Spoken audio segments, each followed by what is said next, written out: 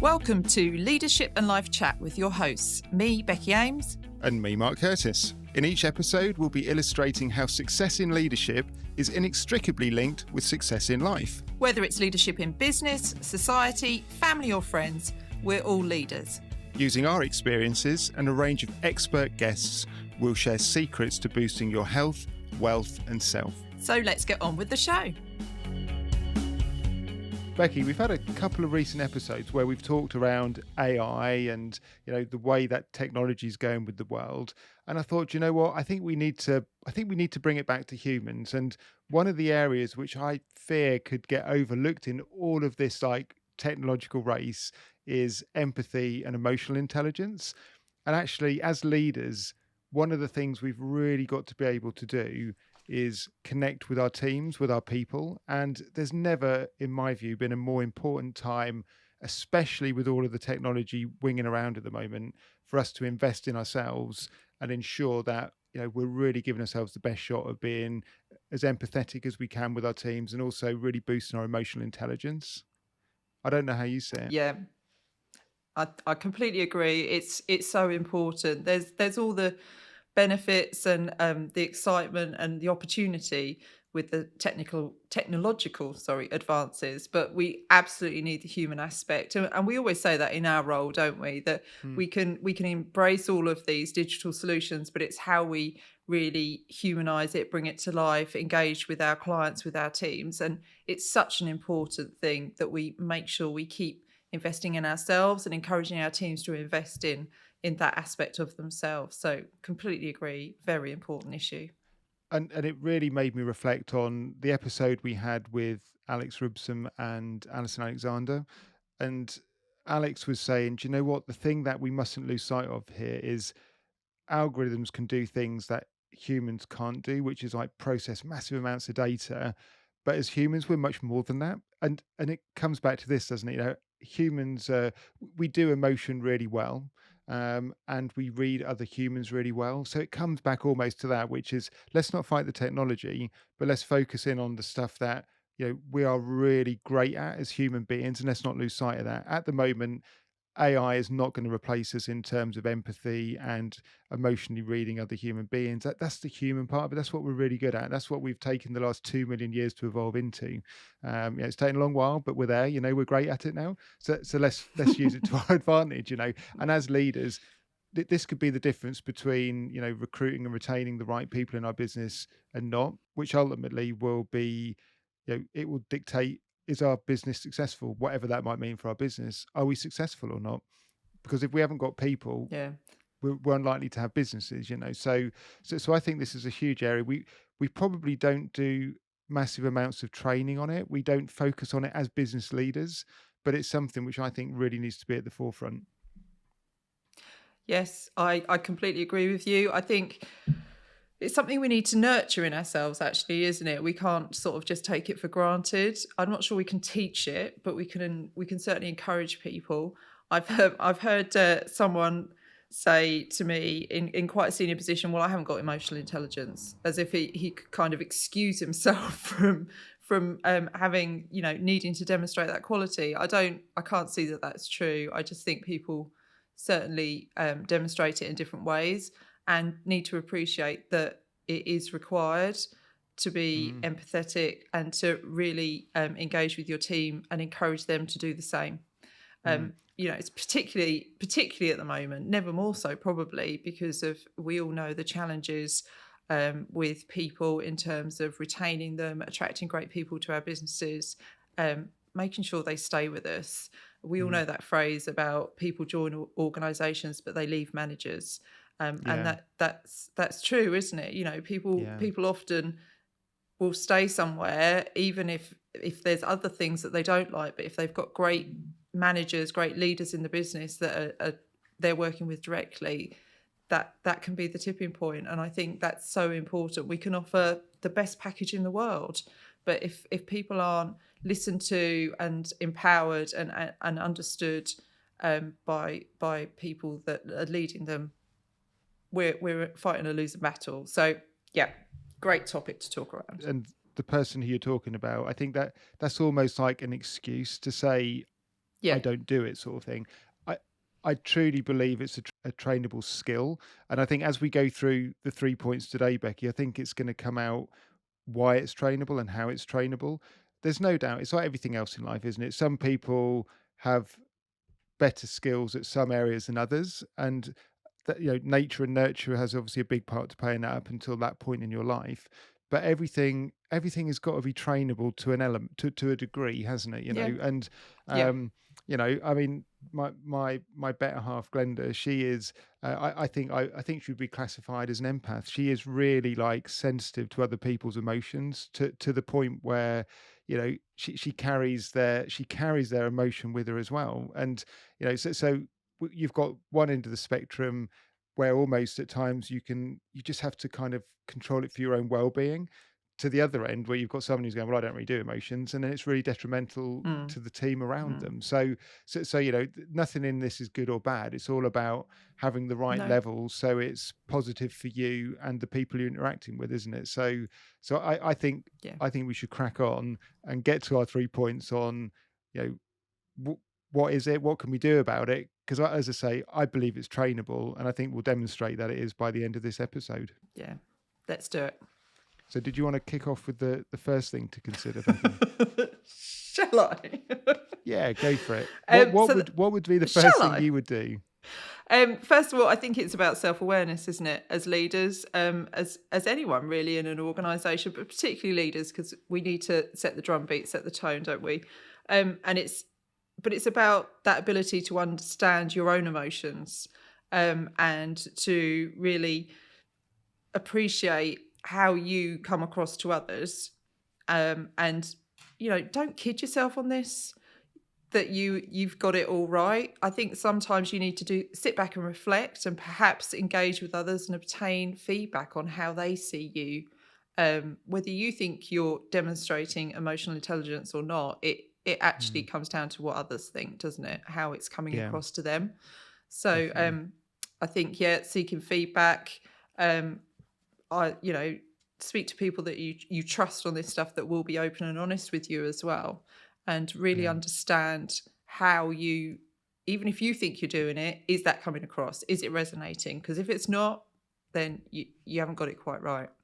Yeah, absolutely. And I was reading a survey where of business leaders, and it was something like 95% of business leaders questioned said that they were empathetic and had high levels of emotional intelligence.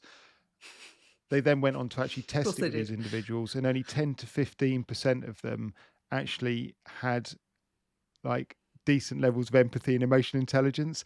So there's Yeah. clearly, and I don't know how big the study was, but if you just take it, if we just take those facts at face value for the moment, that would mean there's a massive, massive disconnect between most leaders' perception of their impact Mm. on others and then what the reality is for the team. And I think all of us as leaders should just wake up a little bit on that point and think, well, we could, we probably all, based on that, 9 out of 10 of us, at least 9.5 out of 10 of us, 95 out of 100 of us think we're great at this. But in reality, only 10 to 15 out of 100 of us are probably good enough for what is needed in the modern world, especially. So massive disconnect, as we Yeah. said there. So the first thing is we've got to just say, well, maybe I'm not. I need to find out. How can I find out? And as you were saying, it's then about asking questions, isn't it? But it's challenging because if you are if you're a senior leader in a business, how and you are perceived as someone who maybe isn't that empathetic or have decent emotional intelligence levels, how likely are you to get honest feedback?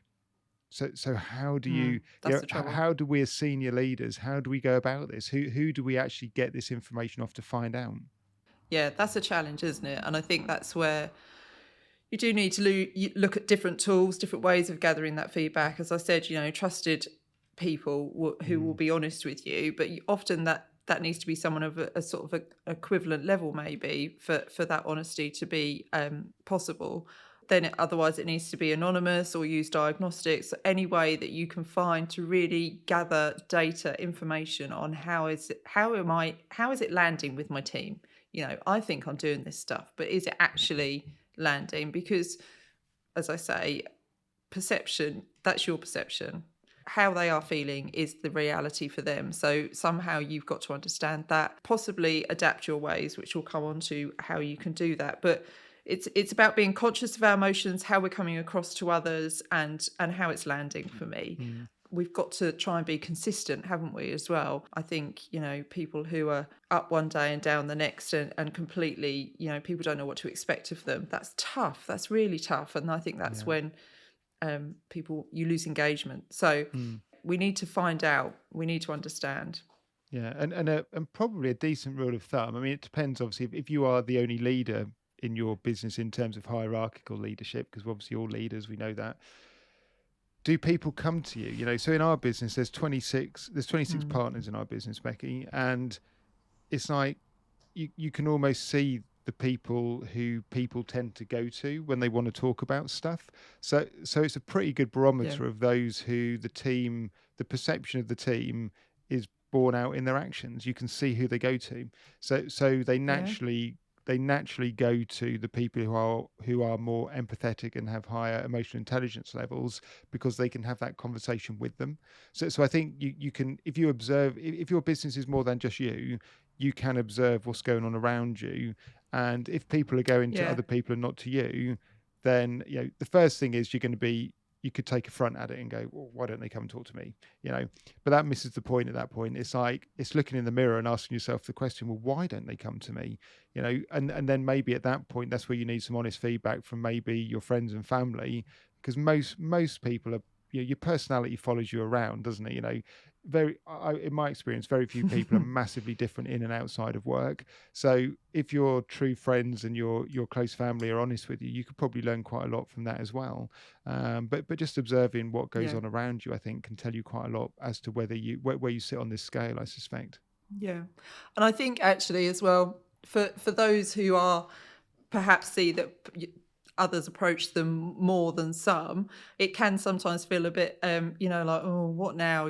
Can I just have 5 minutes of your time? Can I have a chat? You're like, oh gosh, we're all busy, aren't we? Obviously, of course we are. But actually recognize why you are approachable, and people Mm, are willing to open up to you and are willing to talk to you and do come to you with the ideas, the challenges, the problems, whatever it may be. That's because you're demonstrating this stuff, and that's great.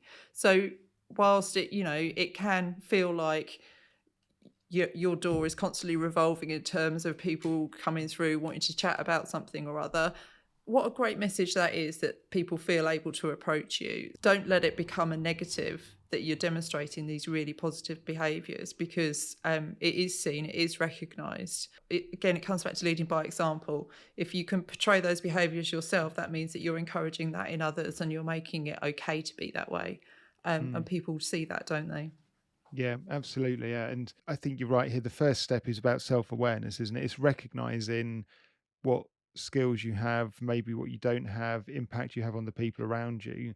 Once you've done that, this is almost like a formula at that point, isn't it? You've done the self-awareness exercise. How self-aware am I? Where are my gaps? What do I need to do?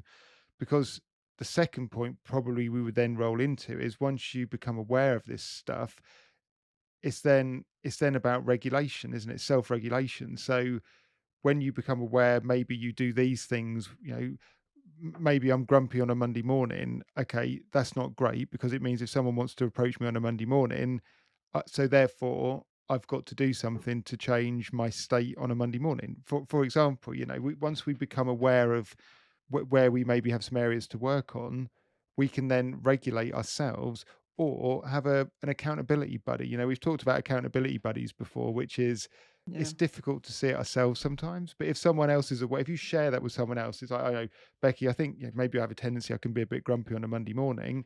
You can you can observe that and say, do you know what? You're getting better, Mark. It's only for 5 minutes now, or whatever. You've got someone who can hold you to account on it. And it's Yeah. not difficult at that point, is it? Because self-regulation isn't just about you. You can have people who can support you with it as well. Yeah, and it's very important to have that around you, isn't that safe place where someone can call you out and they know that you're not going to condemn them for that. And it often works both ways. But Mm, you and I are a prime example of that. Call each other out on stuff, and it's okay. So self-regulation is really about managing your emotions, because you recognise that they do have an impact on others, and what you need to take responsibility for ultimately. So it might be that you need to pause sometimes.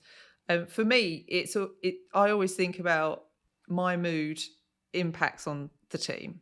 So if I come in, like you say, in the Monday morning grump, then why would I expect them to be any different? And that's not to say that they're following like sheep at all. It's just mm. you have to lead by example. You have to be someone who's very aware and very conscious and willing to do something about it when you're not quite meeting the bar, isn't it? And so yeah, we have a responsibility to manage our emotions and behavior. And again, doing that, make sure that others see that that's the right way to do things as well. That's what we expect of them, and that's the culture that we're creating ultimately. We've done episodes on kind of emotion before, but it is once you've got yourself on a more managed position, then you are much more approachable. So, whether or not Mm, you've boosted your empathy and emotional intelligence, as a starter, you've made yourself more approachable. So then you're mm, more likely to have the right conversation.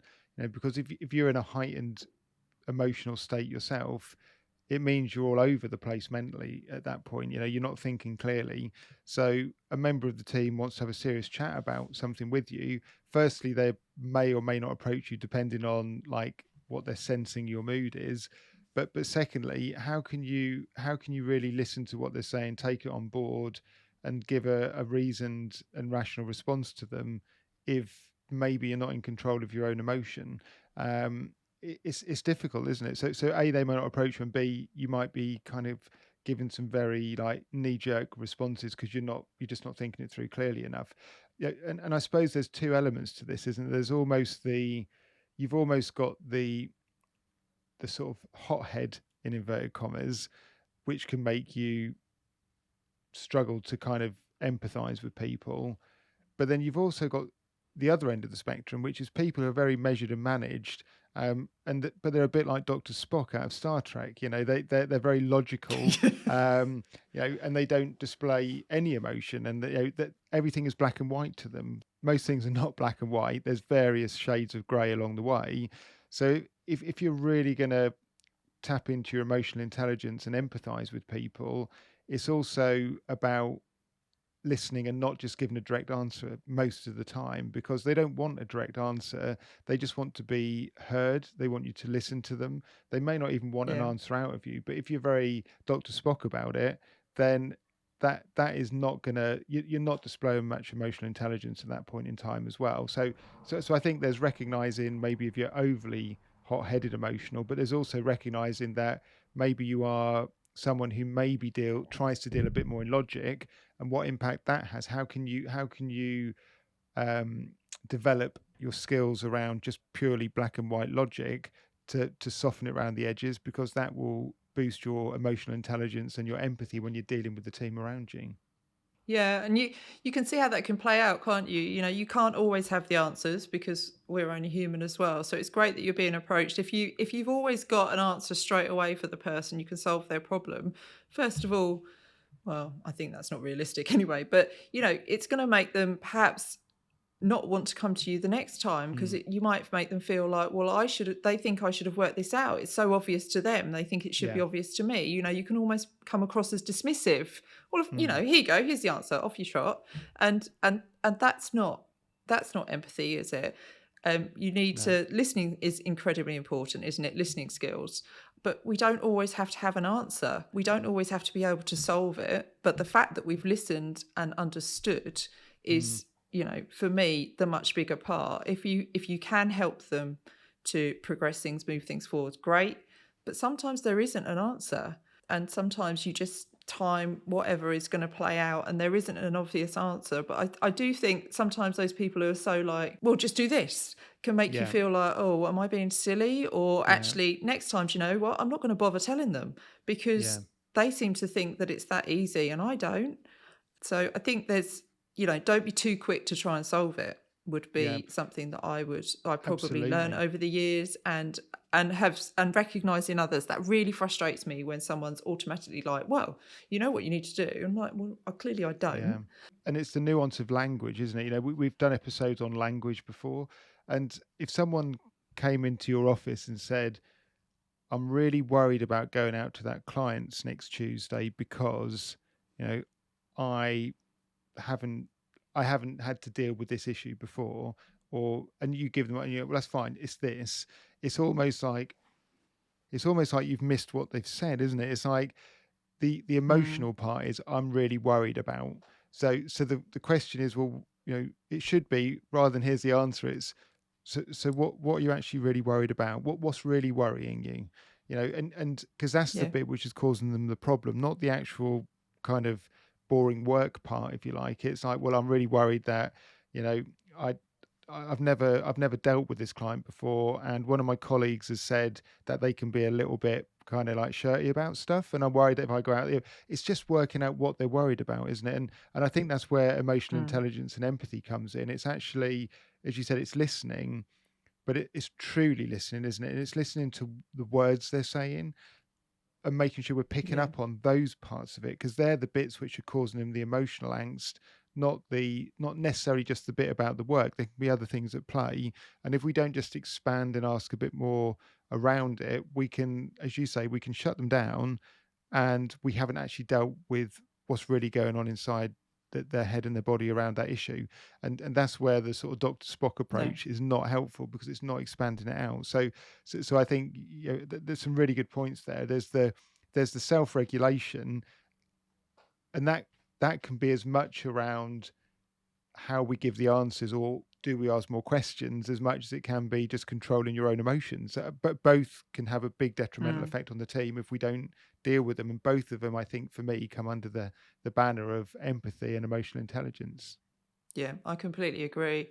What you don't want is to, like you say, come across as cold, dismissive, or just too quick to be able to solve issues, because it, Mm, it just makes people feel like they're inferior, they're not capable. It's absolutely about, as we said, listening and then asking the right questions, isn't it? And really taking the time. And I think that's the issue. It does take time.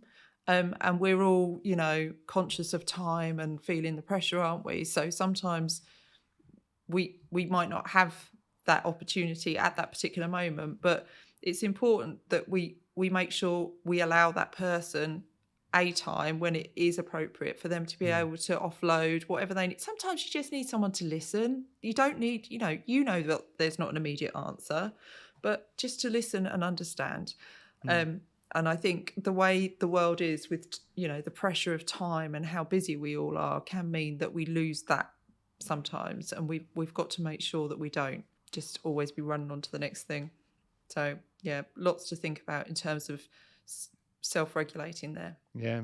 So far, Becky, we've said, right, we believe this is a trainable skill, and awareness is everything. So the first thing is, we talked about self-awareness. So, this massive disconnect between people who think they're highly emotionally intelligent and have high empathy levels, and actually in reality the percentage which really do. So there's an expectation, there's a gap there, isn't there, which we all need to be aware of as leaders. So once we've done that through feedback from colleagues, through maybe some diagnostics that we found on the web, just to give us a feel for where we sit, we can then start to self-regulate around it. So we can then make sure we either are less black and white, we're asking more questions, we're taking an interest in the person and what the root issue really is, or we're self-regulating our own hot-headed responses, whatever it might be. We're actually, Mm. we are consciously taking a decision, we're hitting the pause button, we're doing stuff to really just kind of give give ourselves the chance to show and display empathetic behavior patterns at that point. So at this point, there's nothing there for me which isn't trainable or learnable, because it's like anything else. We've identified a gap in where we are and where we need to be as a leader, and then we can employ tactics to make sure we bridge that gap. Still going to have some people who are more Yeah, empathetic than others, but so far I'm looking at this yeah, thinking, yeah, it is absolutely trainable. It's just down to desire. Do I want to develop this skill or not? yeah. So I can't see anything there which isn't trainable. No, I think we can all move along that path a little way, can't we? From wherever we're starting in terms of, like you say, some demonstrate more emotional intelligence than others, but we can always be better, and we can always be very conscious of how we are coming across to others to make sure that we are being better. Mm, And I think then that leads on really to the third point that we wanted to raise, which was about the social awareness side. So really being aware of others' emotions, and how we can demonstrate empathy and use those emotional intelligence skills to really benefit them and help them. Although it doesn't always have to be kindness in inverted commas, it doesn't always have to be the nice help necessarily, does it? Sometimes it might be some tough love. There might be some really difficult conversations to be had, but it's about being aware, mm, socially aware, so that you really are picking up on those things. Perhaps when people aren't coming to you with them, but being, really knowing people, understanding people, and being able to spot the signs so that you can mm. step in and be, sensitive to that stuff. But actually, how can we improve this situation together? Probably. Yeah, and this isn't just business. This is life, isn't it? I'm reflecting on Yeah. myself here, and it's almost a bit like my mum cutting the apron strings. Like letting me go when I was at a certain age, and it's whilst emotionally she probably didn't want that to happen. I'm not sure. That's probably not true. She was like, God, I can't wait for him to get out of the house. Just go.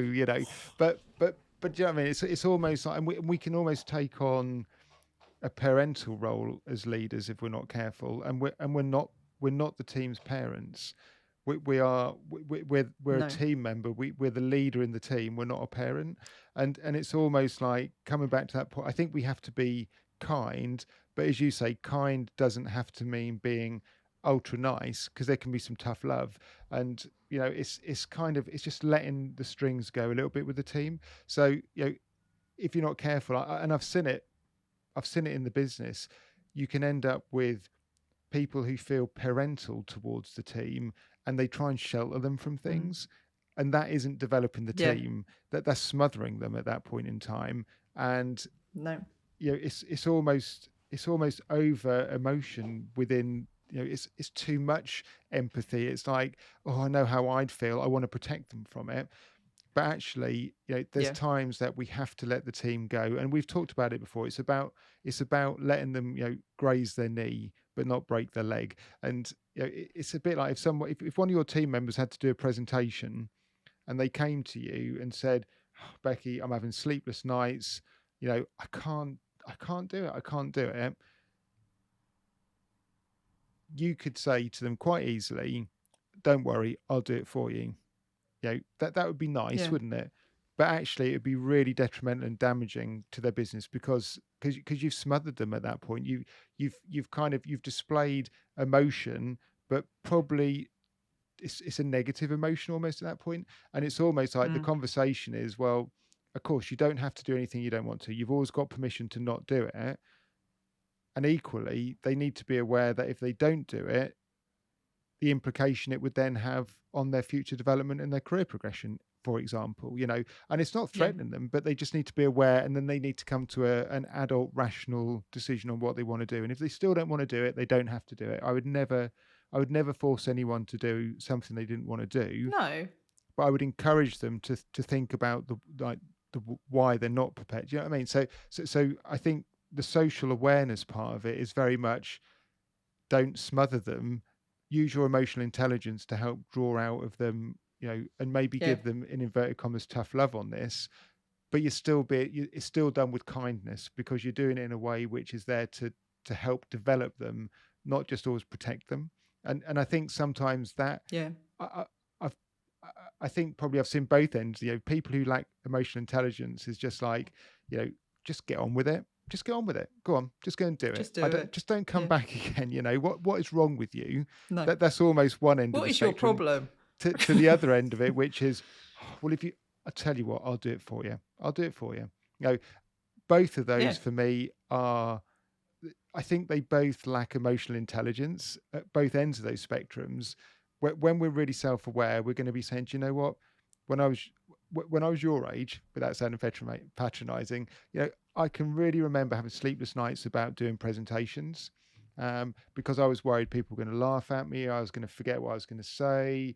I'd just dry up on the stage. You talk through it and they'd be resonating, going, "Oh God, yeah, that's exactly how I'm feeling." And then they'd be like, "Well, how did you deal with it then, Mark?"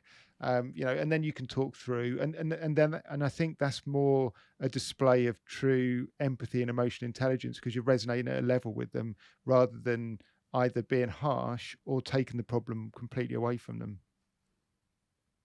Absolutely. And I think often in those scenarios, there's a reason why they've been asked to do a presentation in the first place, because someone, whether it's us or someone else, can see that they do have the ability. We wouldn't ask someone to do something if we didn't think that they were able to do it. Mm, So I think you have to go back to there's really good reasons why we thought this would be great for you, great for us. So let's revisit that and understand all of that. But going back to your point about parenting, I mean, I had to hold it together there slightly, Mark, because my daughter went to uni on Sunday. It's an emotional time. That's wow. a real cut the Yeah. apron strings thing. I Yeah, know. definitely. So, but as much as it's emotional, what the other side of it is tremendous pride, because this is what it's all about. This is Mm, about developing them as people to go out mm, into the big wide world. This is that first step on that for her. And so I think, and as leaders in the business, that's exactly the same. We've got a responsibility to develop these people, and if you protect them from everything, you're not setting them up for the big wide world out there. You're not setting them up to be able to develop and become the best they can be. And so you've got to sometimes, hide. Probably maybe you need to curb your own emotions in those situations. Certainly as a parent you would, and put on that brave face maybe, and not show as much as you need to. But it all comes mm. back to being conscious, doesn't it? Yeah. Like, I know how I could come across in this way. This is Yeah. what's best for them. And I think remembering it's not about how you feel, it's Mm, about how they feel. yeah. Being empathetic is not about saying, oh, I'd feel the same way. It's Yeah. about saying, how do you feel? Yeah. And respecting that and reacting to that. So yeah, you nearly got me there though. Well, but that was brilliant, Becky, because you at the weekend you had to go through these 3 steps, didn't you? Because you had to be self-aware of how you were feeling, which is what you really wanted to say is, don't go, just stay at home. You don't have to go to university. That's what you wanted to probably do. That was like the maternal instinct kicking in, wasn't it? You wanted to do that, but you were aware that you wanted to do that, which meant you were able to then self-regulate and stop yourself doing that. Yeah, And then you were able to move into the social awareness part with your daughter to say, you know, it's been great having you at home. Clearly, I'm going to miss you, but you know what? I'm really excited about this next step of you going in off to university. So you were able to work your yeah. way through those three steps. And I think, whether you're a parent or not, you can recognise that we have that responsibility. You cannot smother people. You cannot be. Of course, you're protective. You're the lioness that protecting your cubs, etc. Of course you are, but ultimately you've got to allow them to get out there and do their thing. It's exactly the same with our teams, with our people, with our peers. You've got to Mm, make sure that people know you've got their backs. And I think that's really important, actually, that you have got their back, but that yeah, you believe they can do this. There's great reasons why they've been put forward for a role, for a presentation, for whatever it may be, why they're going out to clients. We don't send people out if we don't think they're ready. Of course we don't. So it's just reminding them all that stuff. But it can be sometimes easier to just go, oh, all right, don't go then, or don't do mm, it. It's certainly quicker, again, when we're feeling under pressure in other ways. Sometimes we take the easy option, don't we? And it's not the right one for them. yeah, So I think it is that check all the time about, actually, if I take a deep breath, I know what they need, or I think I know what they need. I'm going to find out if it's actually what they need, and actually how we can help them get there. yeah, yeah, definitely. And years ago, when I was on a training course, they talked about like the inner child. And they said the inner child is in Mm, all of us, it never goes away. And sometimes you just have to give the inner child permission. And that the person who was running the course talked about that they had this big they had this big presentation they were doing in central London. They were kind of up the night before just worrying about it, and when they were on the tube going into the venue the next morning, they talked to themselves and they gave their inner child permission to bail out if they wanted to. So they gave themselves permission to not do it. They were allowed to walk away if they wanted to. Yeah. They didn't. They went ahead. They did it. It went down really well.